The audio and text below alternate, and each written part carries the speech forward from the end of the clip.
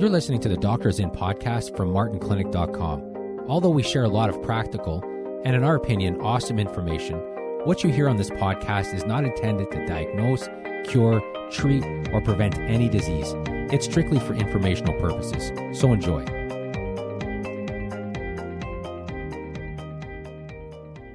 Well, hello everyone. I'm Dr. Martin Sr., and guess what? Flying solo today. So good to have you on with us, and I hope everything is being recorded. If you're listening to this, it's because I succeeded. I'm always worried. I'm a dinosaur, and when I got to touch buttons, it's always dangerous. So anyways, good to have you on with us today. I think you'll enjoy our little podcast that we're going to do today I'm going to talk about inflammation today and what you can do about it, why it's so significant.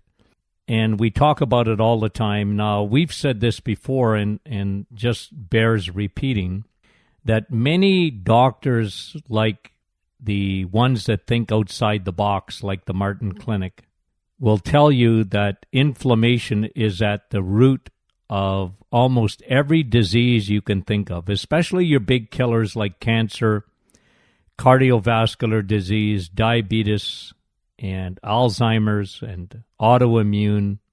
Doctors would tell you that at the root of these diseases is inflammation.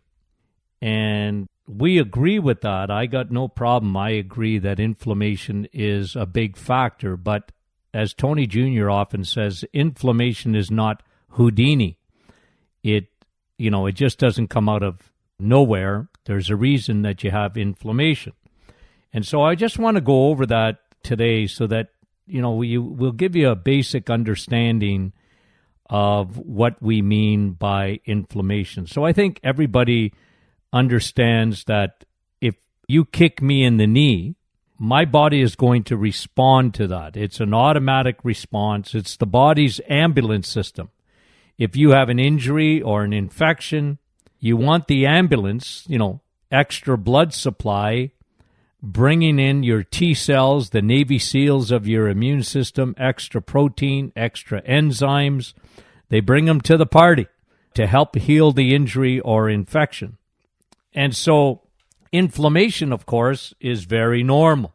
Like, the problem is when inflammation sticks around for a long time. So let me give you an example of inflammation again. Like, let's say you get a virus, like a little virus like the common cold, the cold virus, you can't even see it really on an electron microscope. It's so small, and yet what kind of devastation, especially men, we're such big babies. My wife always tells me if I ever had a period, I would have gone and shot myself, and, men are big babies compared to women, and that's a fact. A man gets a cold and the whole world has to stop, right?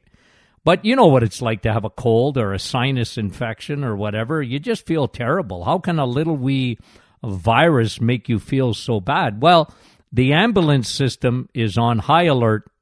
It brings in extra blood supply and inflammation, and you got extra enzymes, you got extra T cells, you got all these things that are coming to help to create a fever, and you feel like you got hit by a truck.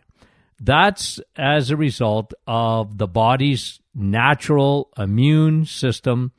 And so inflammation can be very good for you. Think about it. It helps to help you fight an infection. It helps if you scrape your knee, it helps. So all inflammation isn't negative. It's only when the inflammation sticks around for a long time.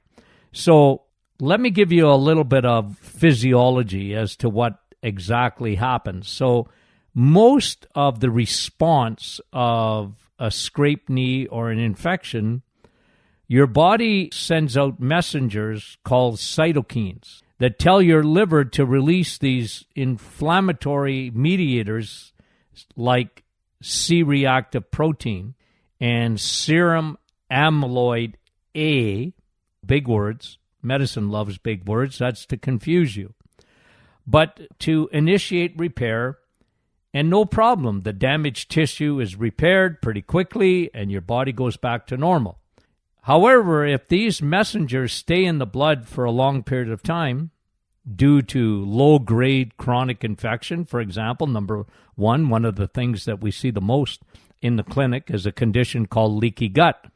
Well, leaky gut, when you have garbage going into your blood, it's all microscopic. You don't see it. But, if you have Candida albicans, yeast, because you've got leaky gut due to your change in your microbiome, the border guards are not protecting your lining, the very, very thin one-cell lining that protects your bowel from your blood. What happens is that some of that garbage that should have gone into the toilet leaks across, which is not supposed to be so permeable, into your bloodstream, and you get a yeast or a candida, which is one of the major things. And, traditional medicine, I hate to be negative, but they never even think of this. I mean, you almost got to get, I still get it every day in the office. Oh, my doctor said that there's no chance on earth that you could ever get fungus that goes in your blood. That would kill you. And, it's almost like they don't read. Doctors used to say that in the 1970s. They never wanted to admit there was such a thing as Candida albicans. I remember when I graduated, you just couldn't get people to even admit that there could be such a thing. Oh, no, that can't happen. It would never get into your blood. I mean, yeah, women can get a yeast infection, but it wouldn't go anywhere else. And now they know that that's absolutely stupidity, because yeast is, and many doctors like myself believe that it's at the root. You know what we think about leaky gut. We think that yeast and fungus, Candida albicans, it's the cousin of mold. It gets into your bloodstream. It can get into your brain. Leaky gut, leaky joints, leaky gut, leaky brain, leaky gut, leaky skin. I never seen a skin condition yet that wasn't based on a leaky gut, and leaky gut can lead to depression. It can lead to, because people think of leaky gut and they think, well, digestive issues, but doesn't always, a lot of times leaky gut, they don't even have any kind of digestive issues. They might not even have IBS, or they might have a little bit of bloating, but not even anything else. So it's coming out on the skin, or it's coming out in the joints, or it's coming out in the brain, or it's coming out. And so the way your body reacts to that is it sets up an inflammatory response, because, again, the ambulance, knows that there's an infection. The problem is especially with yeast or whatever, that inflammation never gets turned off. And the problem with inflammation is that if it doesn't get turned off, it can really create havoc within your bloodstream. So chronic low-grade infection like yeast especially. Second one that can cause inflammation is high circulating insulin. You know how we talk about that all the time. Due to an enormous amount of sugar that we consume, the average Canadian is well into their 200 pounds of sugar a year. It's almost incredible.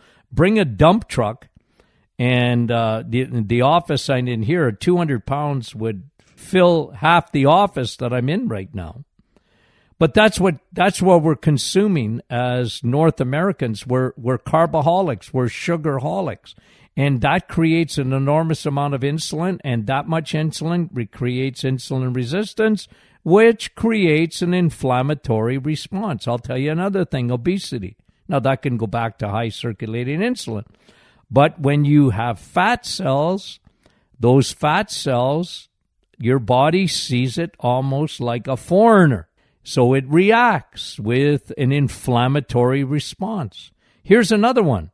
If you have sticky blood, I talked about this when I flew solo maybe a month ago, or I don't even remember how long ago it was, podcast. But if you have sticky blood due to dehydration, due to high levels of ferritin, okay, so what is ferritin? Iron. And your blood is very thick and very sticky, and you don't even realize it. Well, that creates inflammation in the body. The body responds to that sticky blood. So one of the biggest things that people don't do in our day and age, they don't drink water. Now, Dr. Martin, I would have to go pee all the time if I drank water.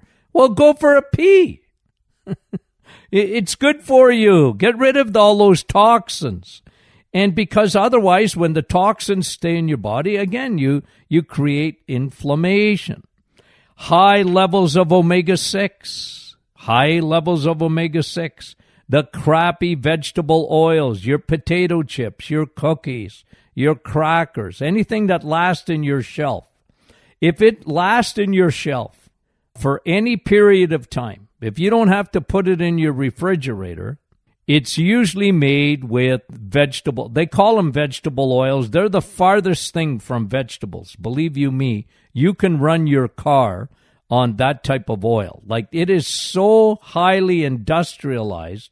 It's literally manufactured oil.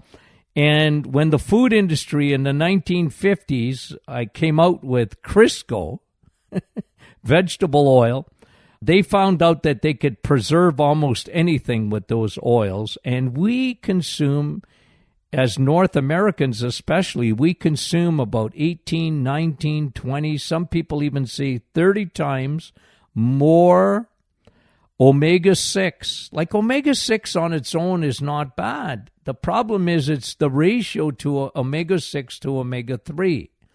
And when that ratio is out of whack, like it's 20 or 30 to 1, because kids today, they live on Kraft Dinner and they eat crappy vegetable oils, and they got all these omega-6s and not enough omega-3s because they don't eat fish or they don't eat grass-fed beef, which has more omega-3, by the way, than even fish does. I tell people I eat fish every day in a capsule because I personally don't like fish. I wish I did. You know, I went over to China years ago to give seminars. I enjoyed going to China, except I didn't know what to eat because I was asking for Canadian Chinese food, and there is none. Everything they brought over to me was it was a fish looking at me with the eyeballs still in it. Like, I can't eat that stuff. I'm sorry. I'm a big baby. So anyway, like, they didn't have chicken balls and chicken fried rice, which I really like, over in China, okay? So I wish I liked fish, but I don't. So I take fish every day, but I take it in a capsule, okay? Because that's just me. And then secondly, I eat a lot of grass-fed beef. So I get a lot of omega-3. I mean, I can slide out of rooms. I take so much oil. But I get that from my meat, and I love coconut oil and olive oil. Those are two of my favorite oils. And then, you know what's another favorite oil of mine? Butter. And by the way, if you're wondering what episode we're on today, I think I even forgot that. But that's me. You know, guys, you got to understand, when I'm alone, Tony Jr. remembers all these things. We're on episode 189. So the biggest thing is when you eat sugar, your body releases insulin, which in high amounts affects the linings of your arteries, called your endothelium. Okay, so it ain't cholesterol. Remember what, I don't want to get into that. Cholesterol is not the boogeyman. Inflammation is, but inflammation is not Houdini. It's high circulating insulin and the other things I talked to you about, leaky gut and so on. So a couple of things that I want you to be reminded of, okay? Here are some of the tests that you should get to check your inflammation markers, okay? Get your inflammation markers tested, okay? So ask your doctor. If you don't ask, they often won't do it. Here's the things that I would tell you to get checked, okay? One is your C-reactive protein. It's called CRP. So write that down. This is a test that everybody should have when you're getting blood work done. Ordinarily, they won't do your CRP. unless you ask for it. So ask your doctor, I want to get my C-reactive protein done. Why do you want to get that done? Because it's an inflammation marker. Inflammation is often silent. It's not like you got a big swollen knee because you twisted your knee trying to be a raptor, okay? You're just fooling around and you twisted your knee. Yeah, your knee can become inflamed. But most inflammation, you wouldn't even know you have it. It's inside your body. And as a colleague once said to me, the only sign usually of that you have silent inflammation is when the only check engine light that will come on with inflammation is fatigue. So when you're tired, a lot of times one of the contributing factors to that is that you have inflammation in your body and it's not going away. It might be reacting to the high sugar diet. It might be reacting to the fact that you've got extra weight on. It might be reacting to to yeast, to candida. It might be reacting to sticky blood. The fact that you have very sticky blood, you might not even know it. And one of the factors is dehydration. Your body might be reacting to dehydration. Listen, have you ever been dehydrated? Have you ever gone out in the sun and worked, real hard and you got dehydrated? And it just exhausted you, literally, like you could almost pass out from dehydration. You have no idea how many people actually can get a heart attack or whatever. But what does dehydration do? I mean, obviously, it messes up your electrolytes, your sodium, potassium pump, and this is very important for your muscles and stuff. But one of the things that drains you the most from dehydration is inflammation. Your body creates this inflammation and due to dehydration. And so that creates sticky blood. And you might have too much iron, too much ferritin in your bloodstream. And that's due oftentimes to a liver that's got a fatty liver. And fatty liver it always goes back to food, you see. And fatty liver is not fat. It is sugar. Sugar, fat don't make you fat, and fat don't give you sticky blood. Sugar gives you sticky blood because it attacks your liver, and you create fatty liver from overstorage of your glycogen, which is stored sugars. So anyways, and then maybe you're having too many of those omega-6s and crap, so your body reacts to that. Find out if that's happening by getting your C-reactive protein tested. Here's another one that you can get tested. Check your homocysteine levels, okay? Homocysteine. That is an amino acid. You can get a blood test to check it. And if your homocysteine levels are high, you've got inflammation in the body. Another one to get checked is your interleukin 6. Interleukin 6. That's a test that your doctor can do and that, you can get done not routinely necessarily, but they can check it off. Get your serum ferritin levels checked, okay, for that thick blood. And dehydration, check it. Fibrinogen is another test that you can have done. And here's a very important test that you should look at getting tested. And, a lot of times doctors will do this one, and that is uric acid. The problem with uric acid is doctors only think of uric acid as generally gout.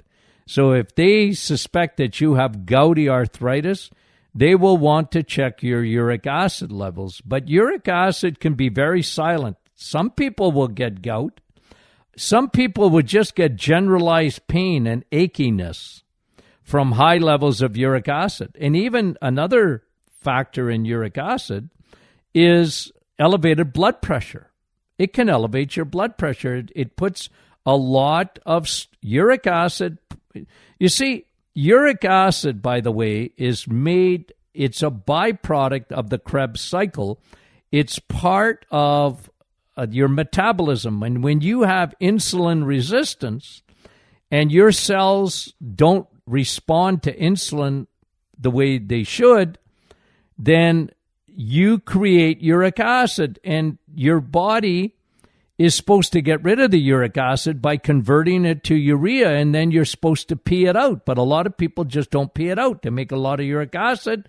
That can cause kidney stress, can cause high blood pressure. It can certainly cause gout. That's for sure. It is at the cause of gout.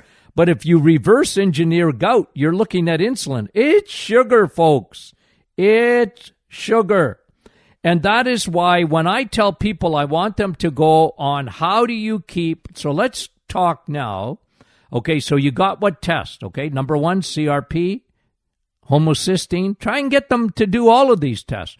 Interleukin-6, serum ferritin, your fibrinogen, and uric acid. So those 6 tests, ask your doctor to do those tests.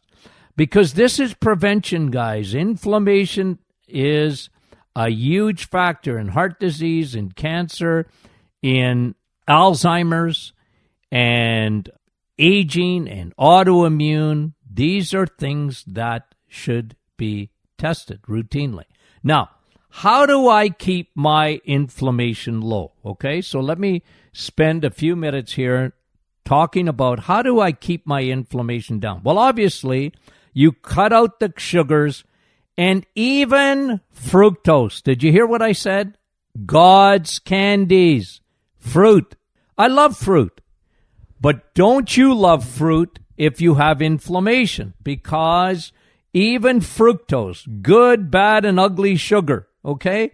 Like, look, crappy sugar will elevate your insulin much more than fruit will, okay? Because fruit is surrounded by fiber, and you're going to break that down much slower. Therefore, you need less insulin than if you ate a chocolate bar or a granola bar. Talk about overrated stuff. Granola bars. They're full of sugar. They're full of crap. And lay off the cereals, too. So cut out the sugars. And even temporarily, I tell you, if you have a lot of pain and inflammation and achiness and fatigue, I get people on my 4-week reset, and I get them to cut their fructose down, even the fruit. No, oh, Doc, I want to have some bananas. Stop. You're not a monkey. I don't want you to have any bananas for a month or so, okay?